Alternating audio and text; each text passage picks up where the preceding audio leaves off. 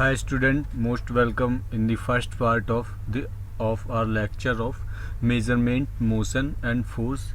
इस लेक्चर को हमने 3 पार्ट्स में डिवाइड किया है। पहले वाला जो पार्ट होगा वो हम उसमें मेजरमेंट वाला जो पोर्शन है वो कवर करेंगे। तो इस लेक्चर में हम आपकी basic unit and dimension and आपका बेसिक वेक्टर की स्टडी करेंगे। तो ये बेटा पहला पार्ट है। इसके बाद जो मोशन वाला लेक्चर होगा फिर उसमें मोशन की वेरियस इक्वेशंस न्यूटन्स के द्वारा, और इसके बाद जो है फिर फोर्स और पावर, वो सारी चीज़ें हम इसके बाद थर्ड लेक्चर में डिस्कस करेंगे। तो बेटा ये जो लेक्चर है 3 पार्ट्स में डिवाइड किया हुआ है हमने। जहाँ तक एनडीए की बात है, एनडीए में यूनिट डायमेंशन से क्वेश्चन बनते हैं, यूनिट डायमेंशन से क्वेश्चन आते हैं।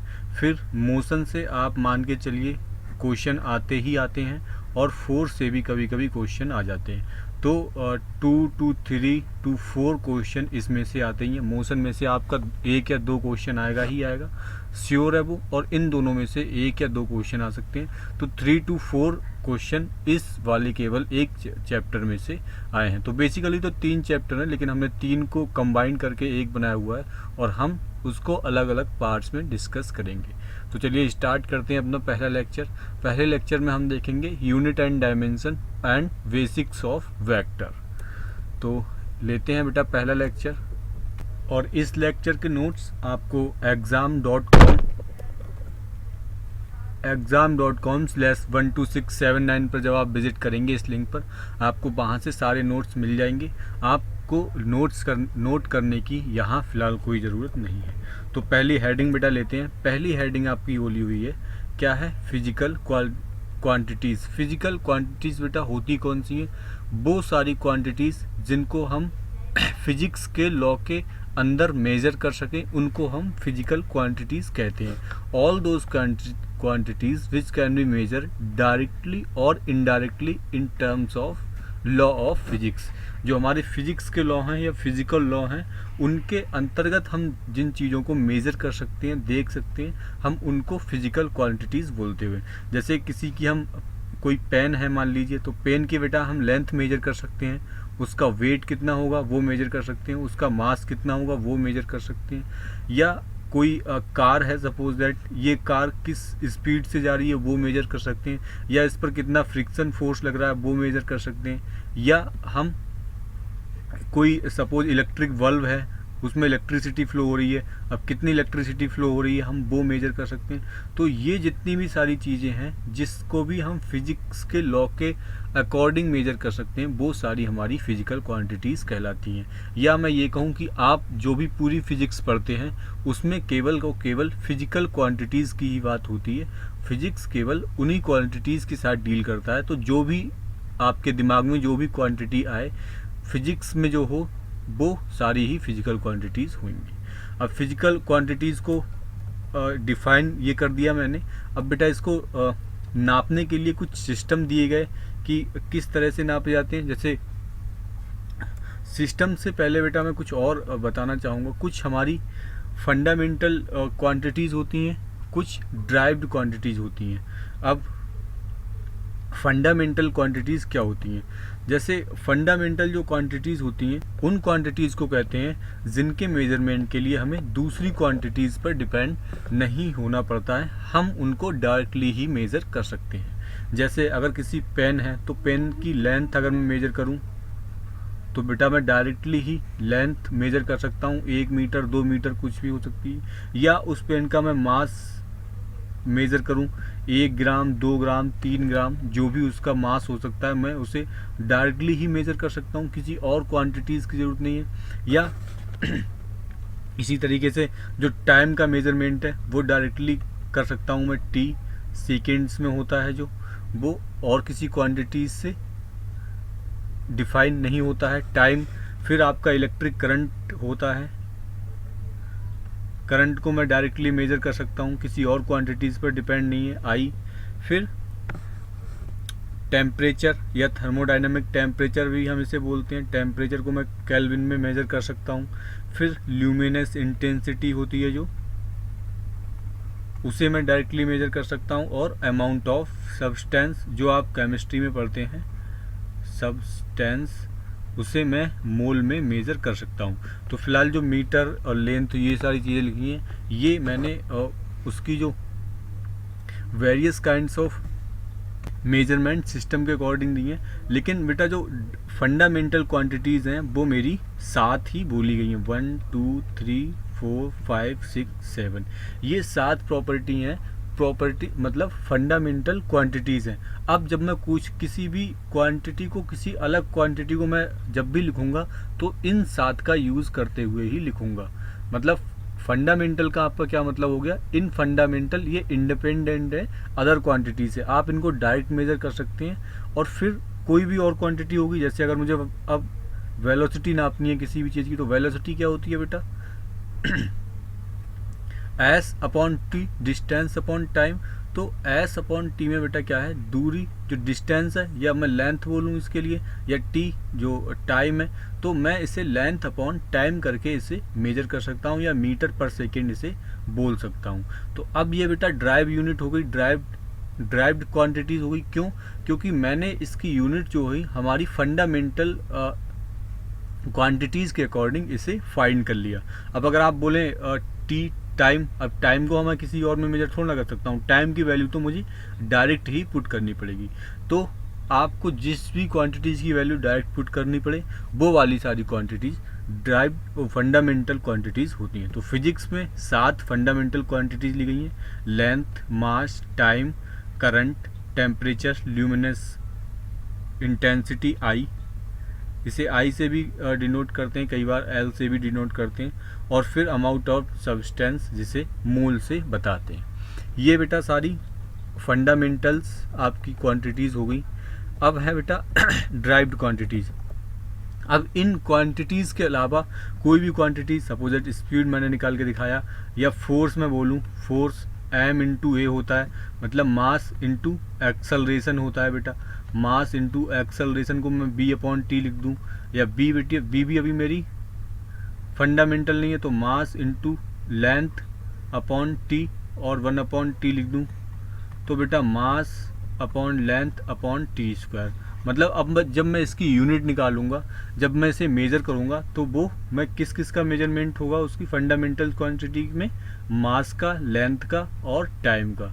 तो इसके बाद जो भी कुछ भी आपकी क्वांटिटीज़ हैं वो सारी ड्राइव्ड क्वांटिटीज़ होती हैं, या हम कहें कि quantities which can be express in terms of physical fundamental quantities are called drive quantities. तो ये इसकी एक डेफिनेशन होती है फंडामेंटल क्वांटिटीज़ की। एक बेटा थर्ड टाइप भी लिया गया है सप्लीमेंट्री क्वांटिटीज़ का।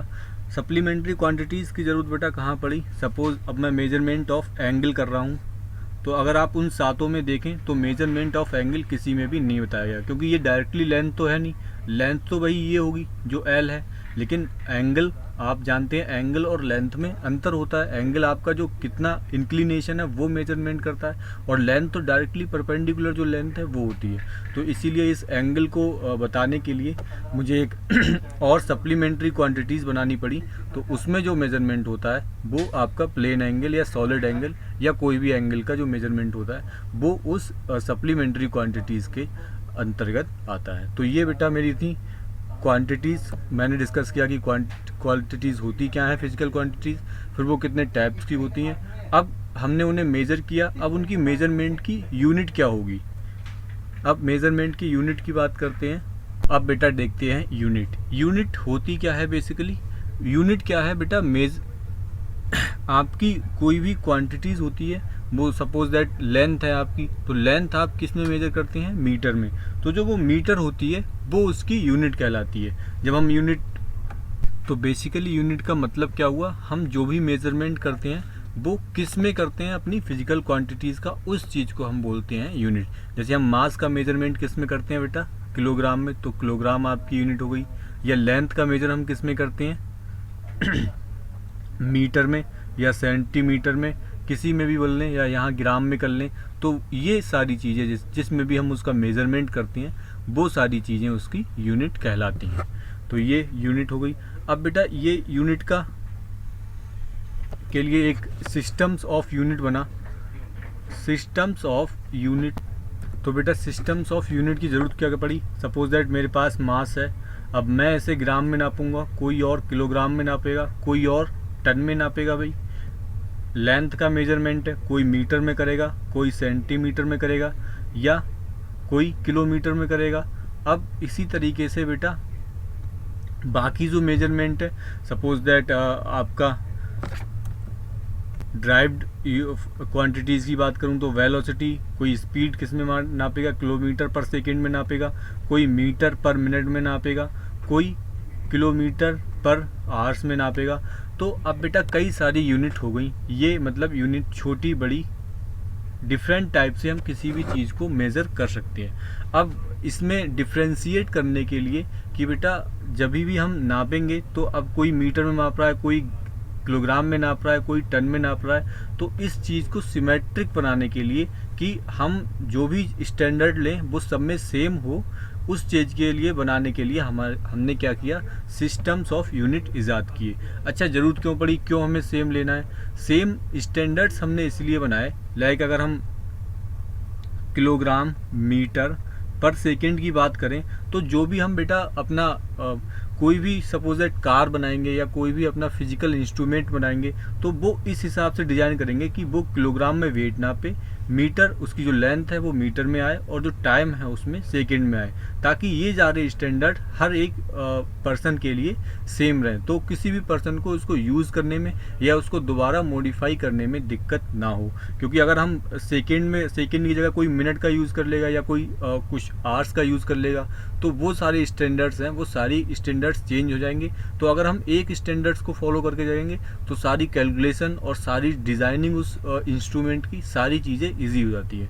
तो इसी बात को ध्यान में रखते हुए सिस्टम्स ऑफ यूनिट बनाई गई। उन सिस्टम्स ऑफ यूनिट को हम देख लेते हैं कौन कौन सी थी। मेनली जो सिस्टम्स ऑफ यूनिट थी वो बेटा 4 टाइप की थी। पहली थी CGS सिस्टम। CGS सिस्टम का मतलब क्या है, जो लेंथ आप नापोगे वो C stands for centimetre, G stands for gram and S stand for second. बेटा जो लेंथ मैं नापूंगा वो लेंथ सेंटीमीटर में नापूंगा, जो उसका वेट नापूंगा वो ग्राम में नापूंगा, और जो उसका टाइम नापूंगा वो मतलब उसका सेकेंड में नापूंगा। तो ये एक CGS सिस्टम था। फिर दूसरा एक सिस्टम था FPS, मतलब फुट पाउंड सेकेंड। जो लेंथ में नापूंगा वो फुट में नापूंगा, जो उसका वेट होगा वो मैं पाउंड में नापूंगा, और जो उसका टाइम होगा उस सिस्टम के अंतर्गत उसे मैं T से नापूंगा। इसके बाद MKS आई बेटा, मीटर, किलोग्राम एंड सेकेंड। मतलब लेंथ में मीटर में नापूंगा और वेट किलोग्राम में नापूंगा, और जो सेकंड होगा उसे मैं टाइम के मेजरमेंट के लिए यूज़ करूंगा। अब ये बेटा स्टैंडर्ड तो बना लिए, लेकिन बाद में क्या हुआ, जैसे MKS जो स्टैंडर्ड था वो US फॉलो करता था, या FPS जो फॉलो करता था वो UK FPS फॉलो करता था। तो बेटा कंट्रीज़ ने अपने अपने स्टैंडर्ड्स बना लिए। अब एक कंट्री कोई अभी रसिया अगर फॉलो करने लगे CGS, तो रसिया ये फॉलो कर रहा है, UK ये फॉलो कर रहा है, US ये फॉलो कर रहा है। तो क्या किया साइंटिस्ट ने कि सारे वर्ल्ड के लिए कोई ऐसा सिस्टम होना चाहिए जो सारे वर्ल्ड में सिमिलर हो। तो बेटा ये सारे को हटाकर जो सिमिलर सारे इंटरनेशनल एक फंडा में जो सिस्टम ऑफ यूनिट्स बनाई गई उसे हम SI यूनिट बोलते हैं या इंटरनेशनल सिस्टम ऑफ यूनिट बोलते हैं। आप मतलब इसका मतलब यही है, जब हम इंटरनेशनली कोई भी चीज़ कोई भी इंस्ट्रूमेंट खरीदेंगे तो उसका जो मेजरमेंट होगा वो SI यूनिट्स के अकॉर्डिंग ही होगा। तो SI यूनिट्स में बेटा कुछ नहीं है, बस जो MKS जो स्टैंडर्ड्स फॉलो करता था उसी MKS को स्टैंडर्ड बना के SI यूनिट बोल दिया गया। मतलब आप मीटर लेंथ मीटर में मेज़र करोगे, और जो वेट है वो किलोग्राम में मेज़र करेंगे, और जो टाइम है वो बेटा सेकेंड में मेज़र करेंगे। तो इसे बेटा MKS या SI स्टैंडर्ड बोला गया, MKS या SI सिस्टम ऑफ यूनिट्स बोला गया। अब ये बेटा मैंने फंडामेंटल्स और ड्राइव्ड यूनिट के मेजरमेंट की बात करी। अब सप्लीमेंट्री जो आप एक हमारी क्वांटिटीज़ रह गई थी एंगल, उसके लिए भी बात कर लेते हैं। उसके मेजरमेंट के लिए जो बेटा यूज़ करते हैं वो आपका रेडियन यूज़ करते हैं। एंगल का मेजरमेंट बेटा रेडियस के लिए और रेडियन में हम करते हैं। तो ज़्यादा आपको इसमें पढ़ने की ज़रूरत नहीं है, एनडीए के सिलेबस में इतना ज़्यादा कभी भी कुछ पूछा नहीं गया। अभी तक जो हमने डिस्कस किया वो सिर्फ एक बेसिक चीज़ें थी जो मैंने आपको बताई कि क्यों, क्या, कैसे, वो सारी वाली चीज़ें थी। तो यहाँ तक MKS खड़ी हुई। इसके बाद बेटा ये जो कन्वर्जन है ये ऑल ओवर फिजिक्स आपको काम आएगा। पूरे फिजिक्स में बेटा कहीं पर भी ये काम आएगा, और कहीं पर भी इसके बाद हम वो चीज़ें डिस्कस नहीं करते हैं जो यहाँ पर आपका कन्वर्जन है। अब इस कन्वर्जन में बेटा बताने वाली चीज़ तो कुछ नहीं है कि 1 सेंटीमीटर इक्वल्स टू 10⁻⁻² मीटर, ये होता ही है बेटा, मैं इसमें क्या कर सकता हूँ। या 1 मिलीमीटर इक्वल्स टू 10⁻³ मीटर, या 1 माइक्रो इक्वल्स टू होता है 10⁻⁻⁶, या अगर हम मीटर लगा दें 1 माइक्रोमीटर तो यहाँ भी मीटर लगा देंगे। या 1 नैनो जो होता है 10⁻⁹, 1 एंगस्ट्रॉम जो होता है 10⁻⁻10। अगर हम यहाँ पर एंगस्ट्रॉम जो है वो लेंथ की मेजरमेंट है तो ये 10⁻⁻10 मीटर आएगा। या जो फर्मी होता है वो 10⁻⁻15। तो इस ऑर्डर में मैं चाहता हूँ कि आपको याद हो। जो सेंटीमीटर होता है वो 10⁻⁻², millimetre 10⁻⁻3, micro 10⁻⁻6, nano 10⁻⁻9, angstrom 10⁻⁻10 and Fermi 10⁻⁻15। तो ये आपका सिर्फ कन्वर्जन है, ये आप याद रखें, पूरे फिजिक्स में आपको ये काम आता है। फिर बेटा लाइट ईयर आप डायरेक्टली ही याद कर लें। लाइट ईयर की जो मीटर होता है 1 light year will be equals to 9.46 into 10⁻15 metre. तो एक लाइट ईयर में, ये लाइट ईयर बेसिकली होता क्या है, ये लेंथ का मेजरमेंट है। एक लाइट ईयर में चली गई, एक वर्ष में जो चली गई लाइट के द्वारा जो डिस्टेंस है उसे हम एक लाइट ईयर बोलते हैं। तो एक लाइट ईयर में अगर मैं बोलूँ कितनी डिस्टेंस चल लेगा बेटा, तो एक सपोज दैट 365 उसमें डेज हुए, 365 में 24 एक दिन में डेज हुए, 24 डेज में 60, एक दिन में 24 घंटे हुए, 24। तो 1 लाइट ईयर को बेटा कैसे मैं लिख सकता हूँ, अगर मैं देखूँ टोटल जो टाइम एक साल में मैं निकालूँ तो एवरेज में निकाल लेता हूँ कि 365 डेज होंगे एक साल में, 24 आवर्स का एक डे होगा, और एक घंटा जो होगा उसमें 60 मिनट का होगा, और 60 सेकेंड होंगे एक मिनट में। तो ये इतना बेटा सेकेंड आया। अगर मुझे अब डिस्टेंस निकालना है, इतने सेकेंड्स आए, तो मैं इसे c से मल्टीप्लाई कर दूंगा। तो जब मैं c से मल्टीप्लाई करूंगा क्या आ जाएगा मेरा, 365 into 24 hours into 60 minute into 60 second into 3 into 10⁸8।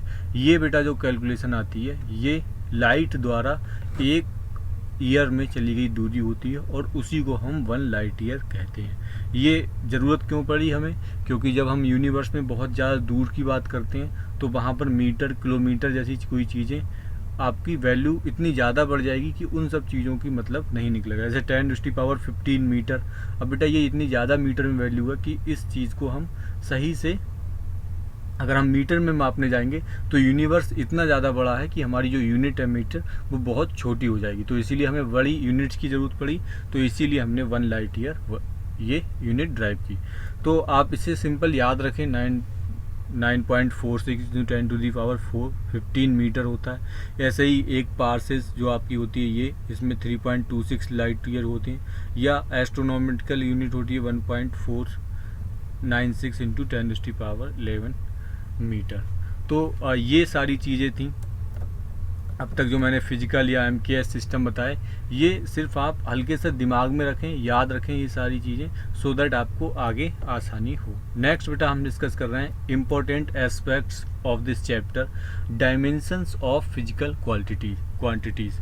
Dimension से बेटा अगर पहले वाले पार्ट से कहीं से भी क्वेश्चन आएगा तो आप मान के चलिए इसी वाले पोर्शन से क्वेश्चन वो देता है। बाकी MKS CGS सिस्टम और ये सारी चीज़ें ये कोई आपसे नहीं पूछ रहा है, फिर भी हमने डिस्कस कर ली क्योंकि अब पार्ट है वो, तो हमने डिस्कस कर ली। क्वेश्चन जो बनेगा बेटा वो यहीं से बनेगा। तो जहाँ तक डायमेंशंस की बात है बेटा, dimensions of a physical quantities are the power to which the waste quantities are raised to presently in the quantities। अब डेफिनेशन से पढ़कर बेटा इतना ज़्यादा आपको क्लियर नहीं होगा, बस आप ये समझ लीजिए डायमेंशंस वो चीज़ें हैं जिनको हम फंडामेंटल क्वांटिटीज़ में एक नोटेशन की तरह यूज़ करते हैं, और फिर उन नोटेशंस को फंडामेंटल जो क्वांटिटीज़ में हमने नोटेशन दी थी डायमेंशंस के लिए, उनको हम ड्राइव्ड यूनिट में यूज़ करते हैं। तो फंडामेंटल जो मेरी 7 फिजिकल क्वांटिटीज़ थी उनके लिए हमने प्री डिफाइंड डायमेंशंस कर रखी हैं। जैसे लेंथ है तो लेंथ की मैं डायमेंशन क्या बोल दूंगा, L, तो जो पहला लेटर है वहीं से मैंने ले लिया डायरेक्ट L। मास की मैं डायरेक्ट M ले लूँगा पहले लेटर से। T, time T। Electric current, बेटा इलेक्ट्रिक करंट कई बार पुरानी जो सिस्टम होता था उसमें I से भी दिखाया जाता था, क्योंकि मैं करंट को I से दिखाता हूँ, लेकिन आजकल वो A से शो हो रहा है, तो A से भी आप शो कर सकते हैं। थर्मोडाइनमिक टेम्परेचर आपको K लेना पड़ेगा। ल्यूमिनस इंटेंसिटी CD और अमाउंट ऑफ सब्सटेंस मोल। तो फिजिक्स में जो ज़्यादा चीज़ें यूज़ होंगी वो आपकी ये दोनों चीज़ें बहुत कम यूज़ होंगी, मतलब ये वाली चीज़ फिजिक्स में तो रेयर ही यूज़ होती है मोल वाली, और मैं कहूँ कि ये तीनों चीज़ें ही हल्की यूज़ होती हैं। ये सारी चीज़ें पर ही आपकी मोस्ट ऑफ द फिजिक्स की यूनिट ड्राइव हो जाएंगी। तो ये सारी चीज़ों पर आपकी अच्छे से पकड़ होनी चाहिए, और मोल और ल्यूमिनस इंटेंसिटी और अमाउंट ऑफ सब्सटेंस की जहाँ भी बात आएगी हम वहाँ इनको भी डिस्कस करेंगे। तो इसके बाद बेटा ये तो मैंने फिजिकली बता दी, जो आपकी फंडामेंटल यूनिट्स थी। लेंथ को L से दिखा दिया, मास को M से, टाइम को T से, इलेक्ट्रिक करंट को A से, और टेम्परेचर K से। ल्यूमिनस इंटेंसिटी कैंडला से आता है, ये वर्ड कैंडला से CD लिया है, और अमाउंट ऑफ सब्सटेंस आप केमिस्ट्री में पढ़ते ही हैं, मोल से लिया जाता है। तो बेटा करते कैसे हैं, ड्राइव्ड यूनिट की जो डायमेंशंस है वो हम फाइंड कैसे करते हैं। जब भी हमें ड्राइव्ड यूनिट की डायमेंशन फाइंड करनी हो, आप सिर्फ उसका फॉर्मूला याद रखें। जैसे अगर मुझे वेलोसिटी की डायमेंशन फाइंड करनी हो तो वेलोसिटी क्या होती है, वेलोसिटी होती है डिस्प्लेसमेंट अपॉन टाइम। डिस्प्लेसमेंट का मतलब क्या है, डिस्प्लेसमेंट हम किस में मेजर करते हैं, लेंथ में ही तो मेजर करेंगे।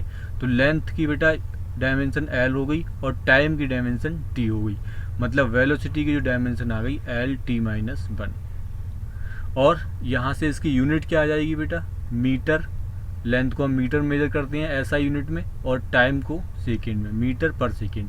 तो जहाँ भी मैं बात करूँगा वेलोसिटी की, 1 मीटर पर सेकेंड, 2 मीटर पर सेकेंड, 3 मीटर पर सेकेंड, इसको ऐसे इस तरह से बोलते हैं। कई बार मास का इसमें यूज़ नहीं हो रहा, लेकिन कई बार मास को यूज़ करते हुए भी लिख सकते हैं, क्योंकि यहाँ पर M है नहीं, तो M की पावर मैं 0 लिख सकता हूँ, MLT-1। ये और ये दोनों चीज़ सेम है, आपको ऑप्शन में कोई भी मिल सकती है, तो ऑप्शन में घबराए ना। अगर आपका मास नहीं आ रहा है, मास की कोई पावर नहीं आ रही है, तो हम वो जो पावर है उसे 0 करके भी लिख सकते हैं। ये वेलोसिटी की बात हुई। एक्सेलरेशन की बेटा बात करें, एक्सेलरेशन क्या होता है, rate of change in velocity. बस वेलोसिटी की बेटा क्या आ गई, क्या आई थी मेरी डायमेंशन LT-1। टाइम की बेटा क्या आ जाएगी T, मतलब मेरी क्या आ जाएगी फाइनल एक्सेलरेशन की LT-2। फिर एक्सेलरेशन की अगर मैं यूनिट की बात करूं तो क्या आ जाएगी, मीटर पर सेकेंड स्क्वायर, या मीटर पर सेकेंड।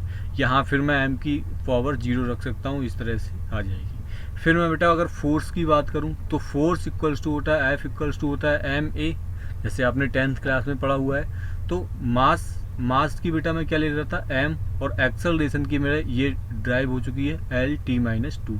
तो मास की M इंटू LT-2, ये आपस में मल्टीप्लाई हो जाएगी MLT-2।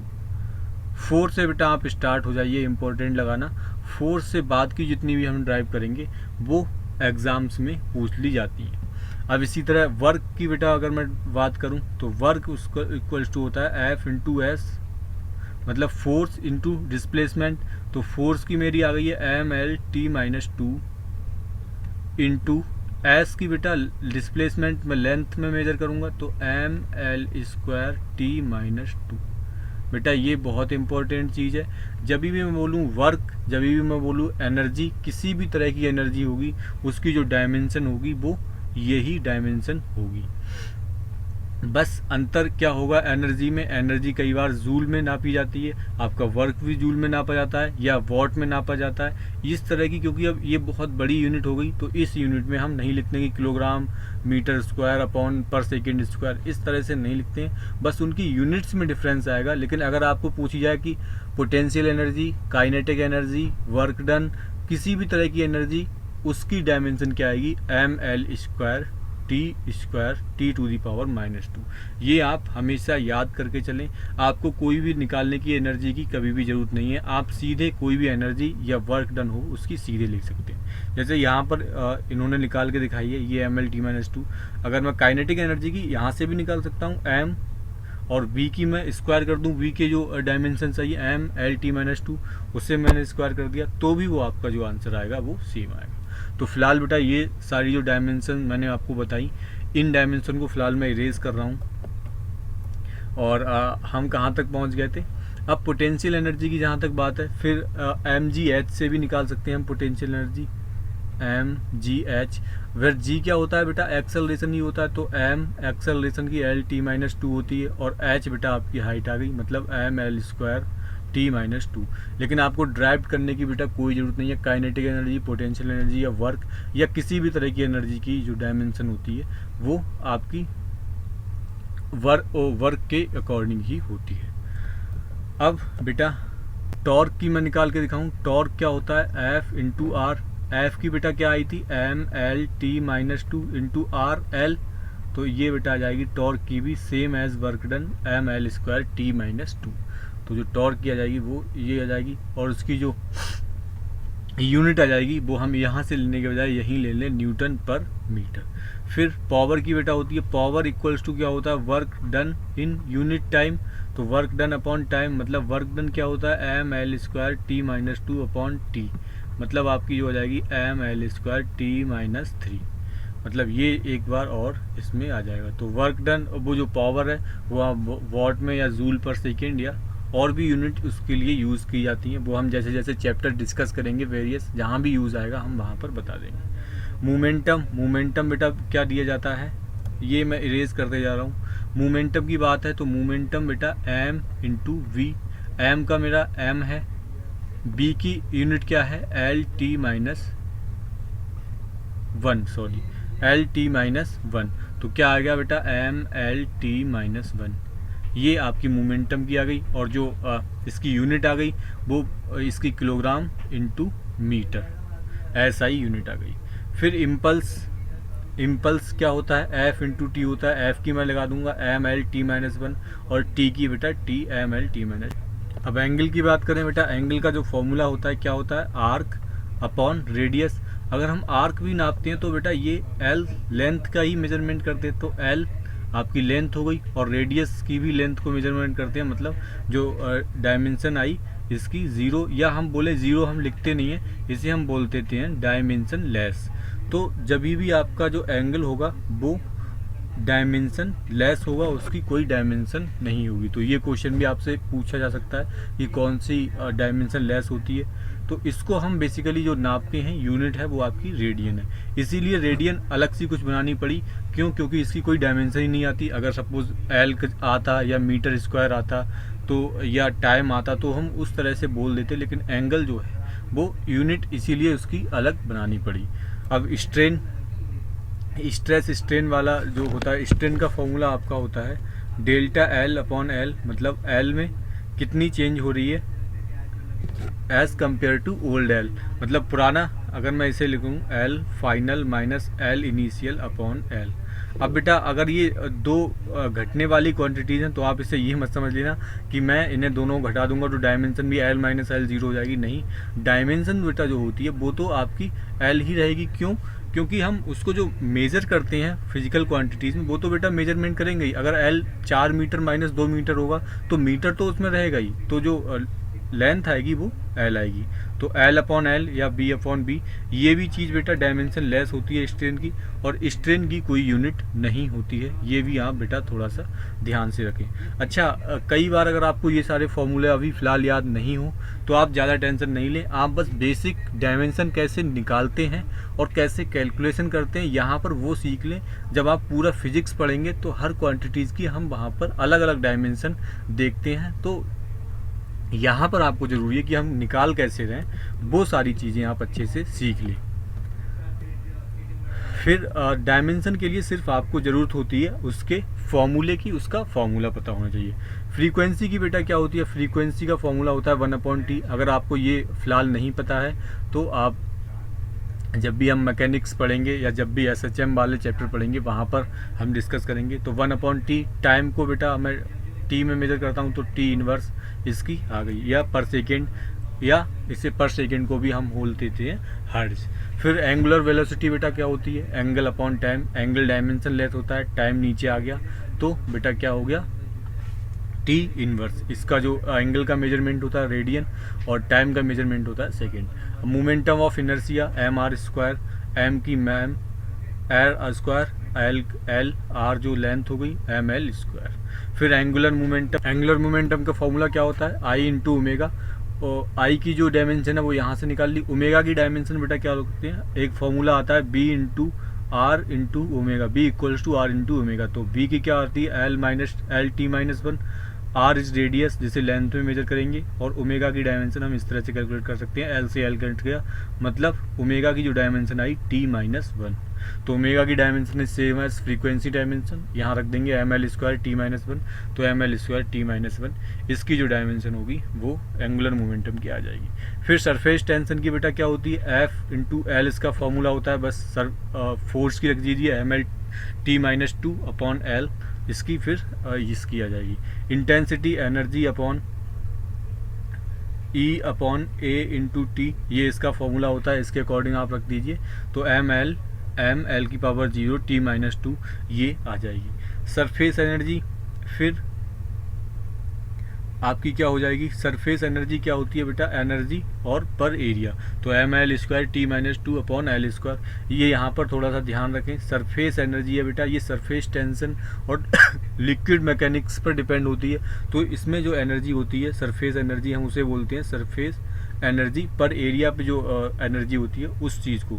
तो इसीलिए यहाँ पर जो डायमेंशन है वो एनर्जी की तरह सेम नहीं आएगी, कई बार आपको कंफ्यूज कर सकता है वो इस चीज़ में। तो इसकी डायमेंशन एरिया से डिवाइड हो जाएगी। स्प्रिंग कांस्टेंट आपको पता है F इक्वल्स टू kx होता है, तो F आपका फोर्स हो गया ml t-2, x आपकी is the measurement of length, तो ml t-2 अपॉन l, फिर m t-2। इसी तरह बेटा ये बहुत पूछता है स्प्रिंग कांस्टेंट, प्लैंक कांस्टेंट अक्सर ही पूछा जाता है, E equals to H mu जो फॉर्मूला होता है, E is energy ml t-2, mu है फ्रीक्वेंसी हमने निकाल दी थी t-1, तो ml t-1। प्लैंक कांस्टेंट बेटा बहुत बार पूछा जाता है, बहुत ही इंपॉर्टेंट है। स्प्रिंग कांस्टेंट, सरफेस एनर्जी, और अभी मैं बता रहा हूँ ये पूरा करने के बाद मैं डिस्कस करूँगा कि क्या कोफिशिएंट ऑफ विस्कोसिटी, ये भी कई बार पूछ लेता है। ये क्या होता है, force into distance, area into velocity. अभी मैं इन सारे फॉर्मूलों को एक्सपेंड करके नहीं दिखा रहा हूँ क्योंकि ये सारी चीज़ें आगे आने वाली फिजिक्स में है। अभी फ़िलहाल इन सब चीज़ों को एक्सप्लेन करना थोड़ा मुश्किल है। अगर आपको फॉर्मूले नहीं भी पता है तो भी आप उसको निकालने का वे क्या है, मेथड क्या है, वो सीख लें। इसके बाद जब हम वो चैप्टर डिस्कस करेंगे तब हम प्रॉपर उसमें डिस्कस करेंगे कैसे उसकी डायमेंशन, कैसे ये फॉर्मूला आया। तो किसी भी अब फोर्स की रख दी मैंने, डिस्टेंस की एल रख दी, एरिया की रख दी, ये निकली और ये आपकी आ गई। तो अगर मैं एग्ज़ाम के पॉइंट ऑफ व्यू से देखूं तो विस्कोसिटी है, प्लैंक कांस्टेंट है, स्प्रिंग कांस्टेंट है, सरफेस एनर्जी है, ये पूछी जाती हैं। फिर आपकी एंगुलर वेलोसिटी है, या मोमेंटम ऑफ इनर्शिया है, या स्ट्रेस स्ट्रेन और एंगल की भी पूछ लेता है क्योंकि ये डायमेंशन लेस होती हैं। फिर टॉर्क की भी पूछ लेता है और कभी कभी वर्क की भी पूछ लेता है। तो ये बेटा सारी चीज़ें हो गई। अभी ये सारी डायमेंशंस हमने कवर नहीं की हैं। अभी इलेक्ट्रोस्टैट्स में आपकी इलेक्ट्रिक फील्ड की डायमेंशन या चार्ज की डायमेंशन या वो सारी चीज़ें बची हुई हैं। तो मैं हल्का सा उनका ओवरव्यू और दे देता हूँ आपको।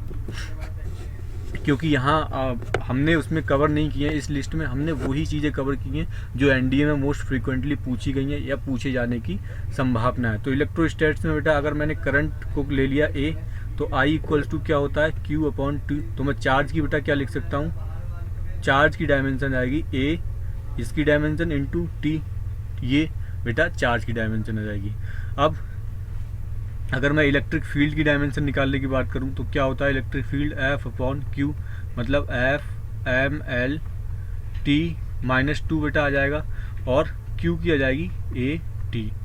तो इलेक्ट्रिक फील्ड की डेटा डायमेंशन आएगी M L A minus one T minus three. तो ये इलेक्ट्रिक फील्ड की डायमेंशन आएगी। अगर मैं पोटेंशियल की बात करूं तो पोटेंशियल बेटा क्या होता है E इंटू आर,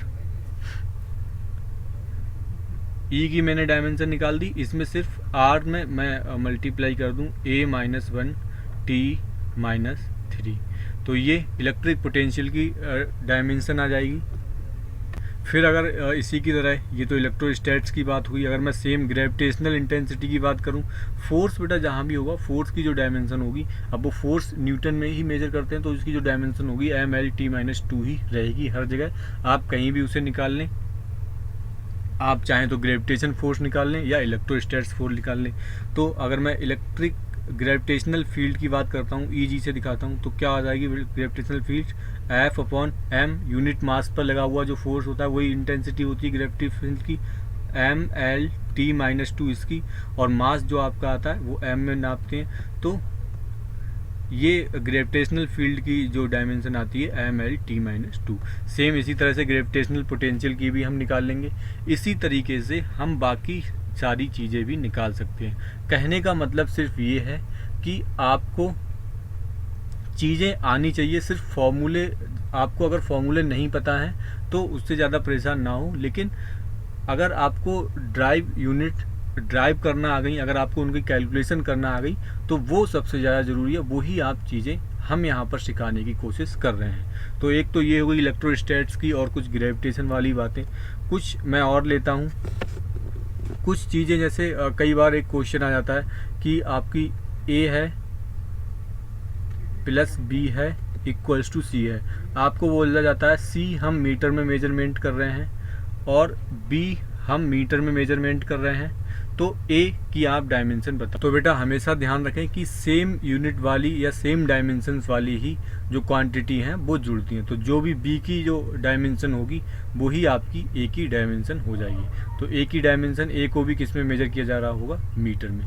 तो कई बार कुछ और पूछता है, जैसे ये किसी और की डायमेंशन इसमें और मल्टीप्लाई कर दिया, A into X plus B into velocity equals to कुछ बना दिया उसने, सी बना दिया, डी बना दिया।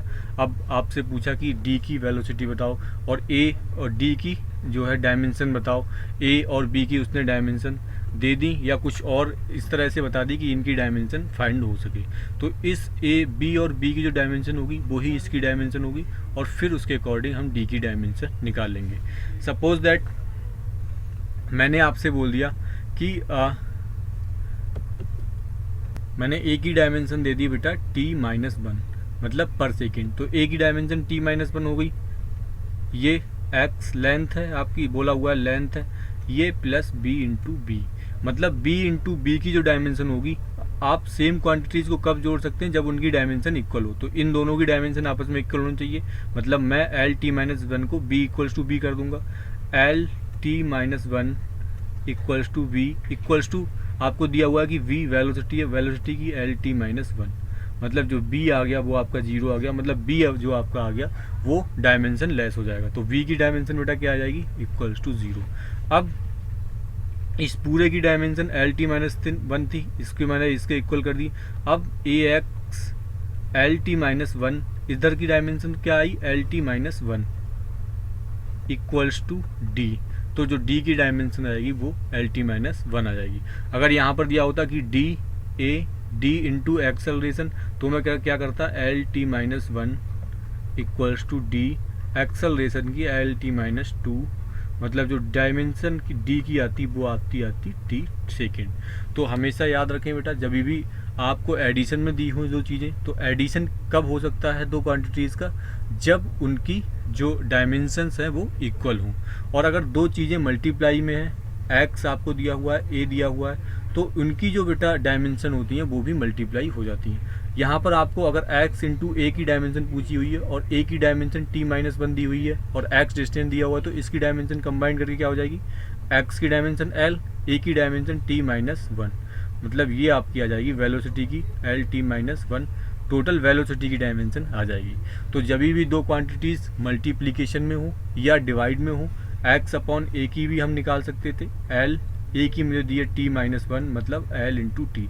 मल्टीप्लिकेशन या डिवाइड के लिए जब दो क्वांटिटीज़ हो तब हम उनकी डायमेंशंस को भी मल्टीप्लाई या डिवाइड कर देते हैं। अगर दो क्वांटिटीज़ एडिशन में या सब्सट्रैक्शन में हो तब उन दोनों की क्वांटिटीज़ की जो डायमेंशन होती हैं वो बराबर होती हैं, क्योंकि एडिशन या सब्सट्रैक्शन हम सेम क्वांटिटीज़ वालों को ही कर सकते हैं। मतलब अगर मैं बोलूँ 2 kg इक्वल्स टू 3 लीटर, बताइए आप क्या होगा, 2 किलो में 3 लीटर जोड़ा, तो ये बेटा कोई मतलब नहीं बना कि 2 किलो 3 लीटर, ये गलत हो गया। मैं बोलूँ कि 2 kg प्लस 3 kg कितना होगा, तब आप बोल सकते हैं कि 5 kg होगा। अब यहाँ पर दोनों की जो डायमेंशन है वो सेम ली गई है। मैं बोलूँ कि 2 मीटर और 4 मीटर कितना होगा, तब आप बता सकते हैं कि ये 7 मीटर हो जाएगा। इन दोनों की डायमेंशन इक्वल है और इस की जो डायमेंशन है वो ही ये वाली डायमेंशन है।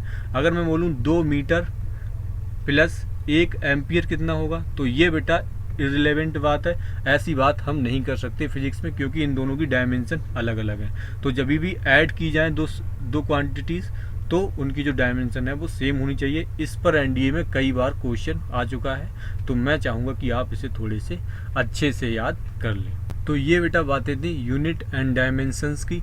नेक्स्ट हम एक लेक्चर में हम डिस्कस करेंगे वेक्टर एंड अदर थिंग्स। तो फिलहाल इस लेक्चर को यहीं फिनिश करते हैं। Thank you, thanks for watching.